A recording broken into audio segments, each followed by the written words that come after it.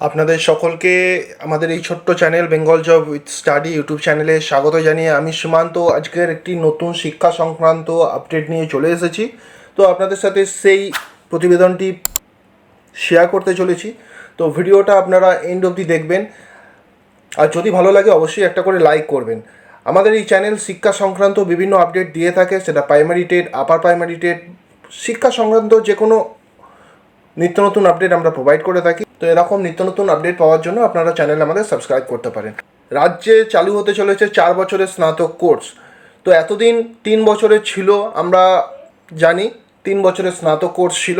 তো আন্ডারগ্র্যাজুয়েট স্নাতক কোর্স এবার থেকে 4 বছরের হতে চলেছে, এমনটাই খবর আমাদের সামনে উঠে আসছে। তো জাতীয় শিক্ষানীতি মেনে রাজ্যে 4 বছরের স্নাতক কোর্স চালু হবে কি না সে বিষয়ে আলোচনা চলছিল। অবশেষে 4 বছরের স্নাতক কোর্স প্রসঙ্গে মতামত জানিয়ে দিল যাদবপুর বিশ্ববিদ্যালয়। বুঝতেই পারছেন আপনারা সকলে, যাদবপুর বিশ্ববিদ্যালয় তার মতামত জানিয়ে দিয়েছে। যেটা জানা যাচ্ছে, সাম্প্রতিককালে বিশ্ববিদ্যালয়ের তরফে জানানো হয়েছে 4 ইয়ার আন্ডার গ্র্যাজুয়েট সিস্টেম চালু করা হবে যাদবপুরে, অর্থাৎ যাদবপুরে চালু হতে চলেছে 4 ইয়ার আন্ডার গ্র্যাজুয়েট সিস্টেম। গত বৃহস্পতিবার যাদবপুরে আয়োজন করা হয়েছিল একটি জয়েন্ট ফ্যাকাল্টি মিটিং। এই মিটিংয়ে নতুন স্নাতক কোর্স সম্পর্কে এই সিদ্ধান্ত নেওয়া হয়েছে। অতএব নতুন কোর্স অনুযায়ী এবার থেকে যাদবপুর বিশ্ববিদ্যালয়ে পড়ুয়াদের 3 বছরের পরিবর্তে 4 বছরের স্নাতক পাঠ্যক্রমে পড়াশোনা করতে হবে। বুঝতেই পারছেন, যাদবপুর বিশ্ববিদ্যালয় তার মতামত জানিয়ে দিয়েছে, তো সেটা যাদবপুর বিশ্ববিদ্যালয় পড়ুয়াদের ক্ষেত্রে অ্যাপ্লিকেবল হতে চলেছে। প্রসঙ্গত উল্লেখযোগ্য, যাদবপুরের মতো প্রেসিডেন্সি বিশ্ববিদ্যালয়েও 4 বছরের স্নাতক কোর্স প্রক্রিয়া শুরু হয়ে গেছে।